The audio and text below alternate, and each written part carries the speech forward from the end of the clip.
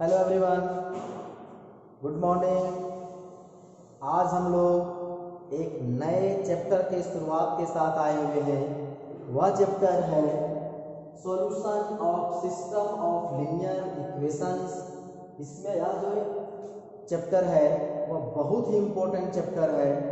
इसलिए जो इम्पोर्टेंट है क्योंकि इससे एक क्वेश्चन फाइनल एग्जाम में 6 मार्क्स का आता है जो हम लोग को पढ़ना है। और इसका हम लोग आधा, इस चैप्टर जो है बहुत ही आसान है क्योंकि इसका जो आधा सॉल्यूशन जो होता है हम लोग कर चुके हैं। इन्वर्स में ही इन्वर्स निकालने हम लोग सीखे हुए हैं, तो उसमें वो आधा पार्ट हम लोग उसी में सीख लिए हैं। थोड़ा सा बचा खुचा जो पार्ट है वो हम इस पर डिस्कस करेंगे। क्या बोलता है solution of system of linear equations, मतलब जो है लीनियर इक्वेशंस का सिस्टम दिया रहेगा। सिस्टम मतलब उसमें क्या होगा, दो से अधिक लीनियर इक्वेशंस होंगे, तो उसको उस तरह के जो लीनियर इक्वेशन को सॉल्व करने का जो होगा उसमें हम लोग को पढ़ेंगे। बोलता है सबसे पहला इसमें जो हम लोग को पढ़ना है वो है साइमल्टेनियस लीनियर इक्वेशंस। वो क्या है, let us consider the following system of n linear equations in n unknowns x1 x2 dot dot dot xn। हम लोगों ने क्या किया, मान लिए कि let us consider the following system of n linear equation कि हम लोग मान लिए कि n क्या है, लीनियर इक्वेशंस हैं क्या, और उसमें जो वेरिएबल की संख्या है वो क्या है, n है, x1 x2 dot dot dot n, मतलब xn तक है। और वह जो लीनियर इक्वेशंस जो है सिस्टम ऑफ लीनियर इक्वेशंस है वो क्या है, a11 x1 plus a12 x2 a13 x3 plus dot dot dot, ये क्या है a1n xn। और a11 a12 मेरा क्या है, तो वो भी नंबर है, यहाँ पे स्केलर क्वांटिटी है। मान लीजिए मेरा जो है क्या है इक्वल टू b1, मेरा कांस्टेंट टर्म है। दूसरा जो इक्वेशन है वो मान लीजिए a12 x1 a21 x1 plus a22 x2 plus a23 x3 plus dot dot dot a2n xn is equal to b2। ऐसे सिमिलर डॉट डॉट डॉट, अब क्या है यहाँ तक हम कहाँ गए, n टाइम्स में गए हैं, तो an1 x1 plus an2 x2 dot dot dot, ये यहाँ तक किधर गया था n टाइम्स तक, इधर भी क्या गया n टाइम्स, होगा ann xn is equal to bn। और इसका जो है सिस्टम ऑफ लीनियर इक्वेशंस है उसको मान लिए इक्वेशन नंबर 1। अब क्या इस इक्वेशन को, ये जो मेरा सिस्टम ऑफ इक्वेशंस है, क्या हम लोग मैट्रिक्स के फॉर्म में उसको हम लोग लिख सकते हैं? हाँ, तो ऑब्वियसली लिख सकते हैं। क्या है, मान लीजिए कोई एक मैट्रिक्स ए जो है वो मेरा क्या है, वेरिएबल के कोफिशिएंट से जो बना है, वेरिएबल के कोफिशिएंट से जो मैट्रिक्स बना उसको हम लोग क्या मान लिए, ये मान लिए वेरिएबल का कोफिशिएंट। जैसे यहाँ पे पहला इक्वेशन है, यहाँ पे क्या है a11 a12 a13, यहाँ पे नहीं लिखे हैं, मतलब a12 a13 dot dot dot कहाँ तक गया a1n। मतलब ये जो है मेरा पहला रो पहला कॉलम दोनों पढ़े हुए चीजें एलिमेंट का। फिर क्या है सेकेंड जो इक्वेशन है उसका जो है वेरिएबल का coefficient a21 a22 a23 dot dot dot कहाँ तक है a2n तक है। फिर क्या है जो है डॉट डॉट डॉट कहाँ तक है an1 an2 dot dot dot कहाँ ann।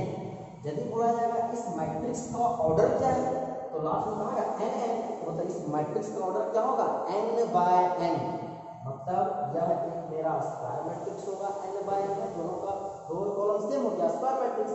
और x मान लीजिए x मेरा क्या होगा, जो वेरिएबल से जो बना मैट्रिक्स, तो वेरिएबल मेरा कौन सा है, x1 x2 x3 dot dot dot कहाँ तक गया है xn तक गया है, तो इसको लिखेंगे x1 x2 dot dot dot xn। और b एक मैट्रिक्स मान लीजिए जो कांस्टेंट टर्म से जो मैट्रिक्स बना है उसको हम लोगों ने क्या मान लिया, b मान लिया। यहाँ पे b कुछ भी मान सकते हैं, डिपेंडेंट है। फिर से ध्यान से देखा जाए, ये मेरा सिस्टम ऑफ लीनियर इक्वेशंस है फर्स्ट नंबर, उसको हम लोग मैट्रिक्स रूप में लिख सकते हैं। तो एक मैट्रिक्स है, क्या मैट्रिक्स है, तो वेरिएबल के कोफिशिएंट से जो मैट्रिक्स बना है उसको क्या माने हम लोग, एक वेरिएबल से जो मैट्रिक्स बना उसको x और जो कांस्टेंट टर्म से जो मैट्रिक्स बना उसको बी मानेंगे। जब इसको हम लोग क्या किया जाए तो then the system of equations 1 इस जो सिस्टम ऑफ इक्वेशन जो कि 1 माने हैं कैन बी रिटन है उसको लिख सकते हैं ax b, मतलब a का वैल्यू टोटल यहाँ पे रखा जाए, मतलब इन दोनों को मल्टीप्लाई यदि किया जाए और b से इक्वेट किया जाए तो मेरा ये सिस्टम ऑफ लीनियर इक्वेशंस जो है वो जिसको इक्वेशन नंबर 1 माने हैं वो हम लोग को मिल जाएगा। देखा जाए यदि इसको फर्स्ट वाले रो को फर्स्ट कॉलम इसको मल्टीप्लाई किया जाए क्योंकि इसको जब मल्टीप्लाई करें यहाँ पे आ जाएगा, मतलब a11x1 है यहाँ पे प्लस का साइन होता है a12x2 फिर हो जाएगा क्या होगा a13x3 plus dot dot dot a1nxn। अब b से इक्वेट करेंगे तो यहाँ पर क्या है b1, तो मेरा क्या हो गया b1। एज सिमिलर यदि इसको हम लोग मल्टीप्लाई करें इससे तो जगह a21x1 a22x2 अब आप लोग समझ गए होंगे कि यदि इसको हम लोग मल्टीप्लाई करें इससे इक्वेट करें ये आ गया, मतलब इस वाले सिस्टम ऑफ लीनियर इक्वेशंस को हम लोग इन मैट्रिक्स फॉर्म में क्या लिख सकते हैं, तो इस फॉर्म में लिख सकते हैं, इसको लिख सकते हैं ax b, जो कि हम यहाँ पहुंच जाएंगे। अब हम लोग का जो है क्या है here a इज क्या है n by n मैट्रिक्स, ये क्या है a is n by n matrix, मतलब उसका a का जो मैट्रिक्स a है उसका ऑर्डर क्या है n by n and is called coefficient matrix. इसको हम लोग क्या बोलेंगे, a को कोफिशिएंट मैट्रिक्स। इसको कोफिशिएंट मैट्रिक्स क्यों बोलेंगे भाई, इसको देख सकते हैं ये जो मैट्रिक्स बना है तो किससे बना है, तो वेरिएबल के कोफिशिएंट से बना है। वेरिएबल के कोफिशिएंट से जो बना मैट्रिक्स है उसको क्या बोला गया, coefficient matrix. And each of x and b, मतलब x जो मैट्रिक्स मेरा है तो वेरिएबल से बना मैट्रिक्स और b जो मैट्रिक्स है किससे बना है, तो कांस्टेंट टर्म से बना मैट्रिक्स है, is a n by 1 order का मैट्रिक्स है।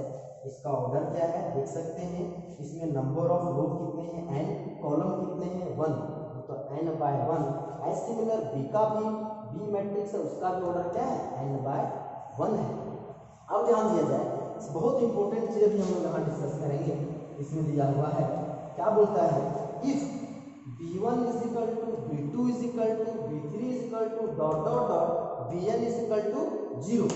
अब क्या है यदि ये b1 b2 b3 मेरा क्या है कांस्टेंट टर्म, यदि a constant term system of linear equations का जो है कांस्टेंट टर्म सभी कांस्टेंट टर्म किसके बराबर हो जाए, 0 के बराबर हो जाए, 0 के बराबर हो जाए, तब क्या होगा, then the system of equations 1, जब सारा टर्म b1 पे 0 0 0 तब ये जो सिस्टम ऑफ लीनियर इक्वेशंस होगा उसको क्या बोलेंगे होमोजीनियस लीनियर इक्वेशंस। क्या बोलेंगे, होमोजीनियस लीनियर इक्वेशन। क्यों बोलेंगे होमोजीनियस लीनियर इक्वेशन, जब कोई सिस्टम ऑफ लीनियर इक्वेशंस का कांस्टेंट टर्म सभी कांस्टेंट टर्म उस इक्वेशंस का क्या हो जाए 0 के इक्वल हो जाए तब उसको क्या बोलेंगे, तो is called a system of homogeneous linear equations. ध्यान दिया जाए बहुत इंपॉर्टेंट, यदि कांस्टेंट टर्म लीनियर इक्वेशंस के सभी कांस्टेंट टर्म क्या है 0 हो जाए, ये लिखा हुआ b1 b2 b3 dot dot dot equal to 0, तब इस तरह के इक्वेशंस को होमोजेनियस इक्वेशंस बोलेंगे।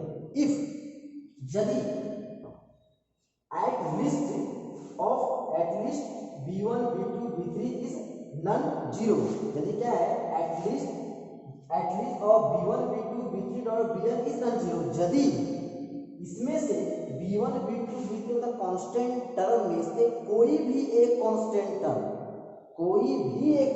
टर्म क्या हो जाए नॉन 0 रहे, यदि मान के चला जाए कि मान चलिए ये मेरा b1 का वैल्यू 1 है, इधर सारा टर्म 0 है, सारा टर्म क्या है इधर जो 0 है, मतलब इसमें देखिए एक कांस्टेंट टर्म तो मेरा क्या है नॉन 0 है, देन तब उस तरह के सिस्टम ऑफ लीनियर इक्वेशन को then it is called the system of क्या है नॉन होमोजेनियस लीनियर इक्वेशंस।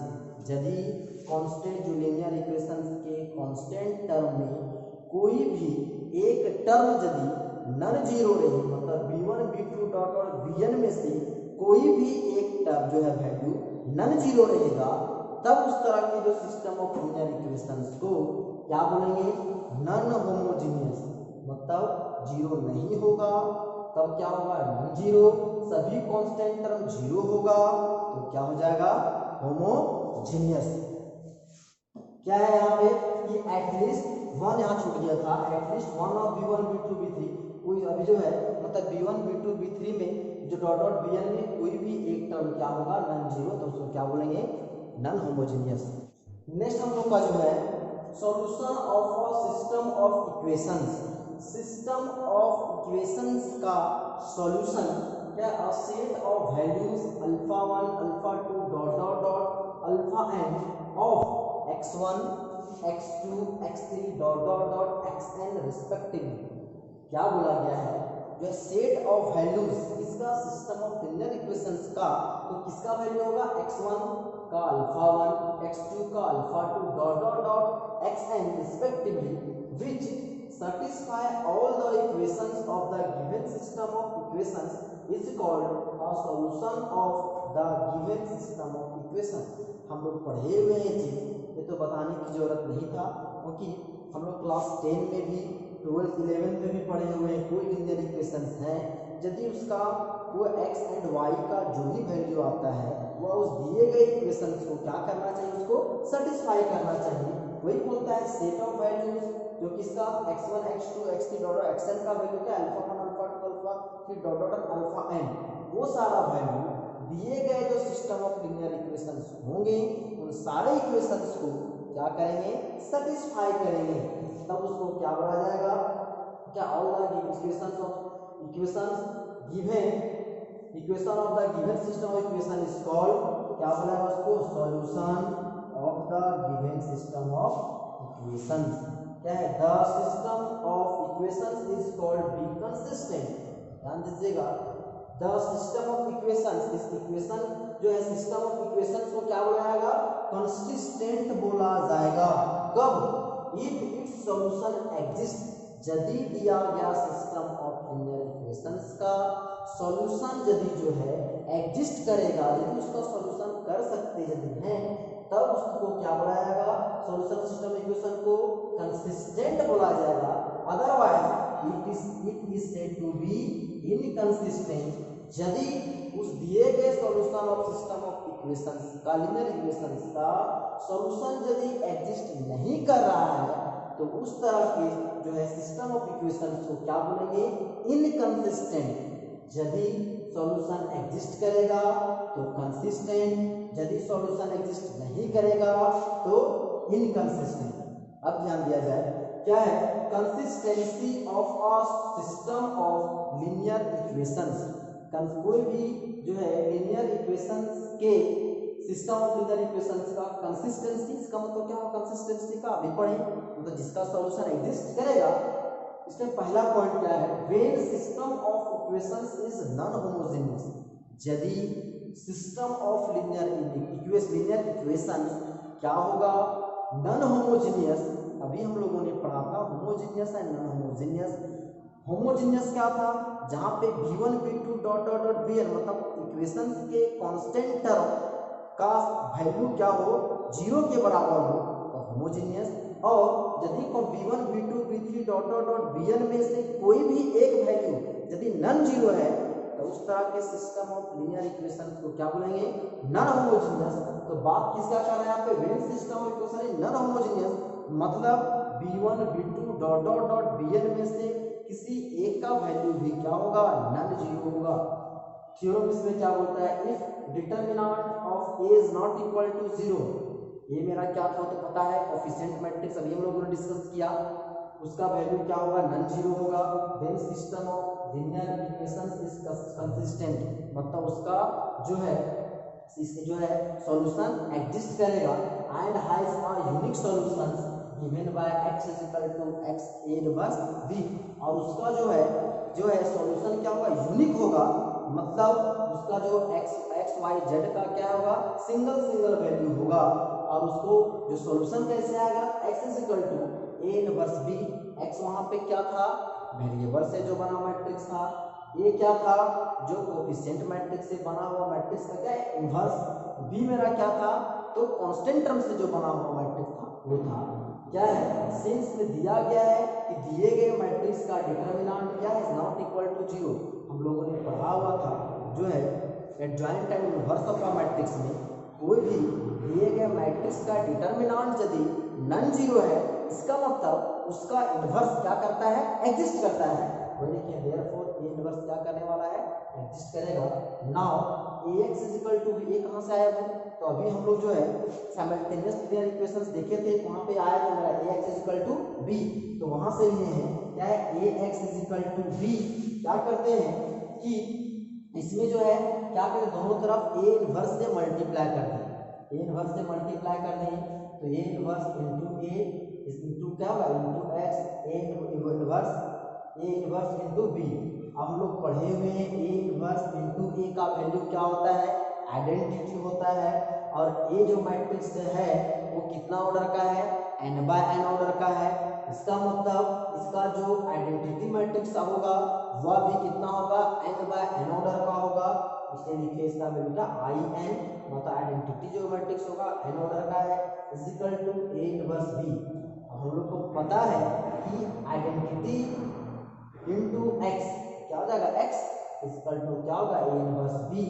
मतलब यदि कोई मैट्रिक्स का डिटरमिनेंट का वैल्यू नॉन जीरो होगा, मतलब उसका इनवर्स एग्जिस्ट करेगा। और उस केस में जो linear system of linear equations का सॉल्यूशन निकालने का जो वैल्यू जो होगा वो क्या होगा, x is equal to a inverse b। और वहां पे सॉल्यूशन, और उसको क्या बोलेंगे हम लोग, लीनियर इक्वेशन को, सिस्टम ऑफ लीनियर इक्वेशन को कंसिस्टेंट, और उसका सॉल्यूशन क्या होगा, तो यूनिक सॉल्यूशन होगा। नेक्स्ट हम लोग का क्या है, सेकंड नंबर में, when system of linear equations is homogeneous. अभी हम लोगों ने डिस्कस किया जो है, जब सिस्टम ऑफ लीनियर इक्वेशंस क्या होगा, नॉन होमोजेनियस, तो उस केस में क्या था, सॉल्यूशन उसका यूनिक सॉल्यूशन था। और उस केस में क्या होना चाहिए, b1 b2 b3 में से कोई भी एक वैल्यू क्या होगा, मतलब कांस्टेंट टर्म का वैल्यू, कोई भी एक वैल्यू नॉन जीरो, और वहां डिटरमिनेंट का value not equal to 0, then उसका सॉल्यूशन क्या था, यूनिक सॉल्यूशन। अब यहाँ सिस्टम ऑफ लीनियर इक्वेशंस क्या है, होमोजेनियस है, मतलब if determinant of a is not equal to 0। Homogeneous कहने का मतलब कब होगा, मतलब उसमें जो कांस्टेंट टर्म जो थे b1 b2 b3 dot dot dot bn, सभी का वैल्यू क्या है, 0 के बराबर, मतलब b1 equal to 0, b2 equal to 0, b3 equal to 0, सारा वैल्यू 0 है। तब उसमें जो कोफिशिएंट मैट्रिक्स से बना मैट्रिक्स का जो होगा उसका डिटरमिनेंट निकाले, वो मेरा क्या होता है, non zero.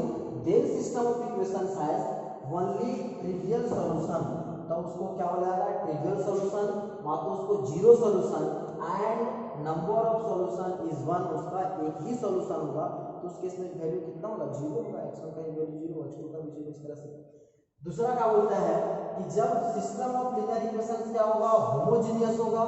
System of linear equations क्या होगा, होमोजेनियस होगा। कब, और उसका डिटरमिनेंट निकालें तो मेरा क्या होगा, 0 के बराबर, मतलब होमोजेनियस भी है, और उसका जो डिटरमिनेंट मैट्रिक्स का डिटरमिनेंट निकाले उसका वैल्यू क्या हो जाए, 0 हो जाए। The system of equations has non trivial solution, उसको क्या बोला जाएगा, नॉन ट्रिवियल सॉल्यूशन, एंड है number of solution is infinite. और उस केस में उस इक्वेशन का में जो वेरिएबल का वैल्यू जो होगा वो मेरा इनफाइनाइट नंबर ऑफ वैल्यूज होंगे, मतलब एक से अधिक वैल्यू होंगे।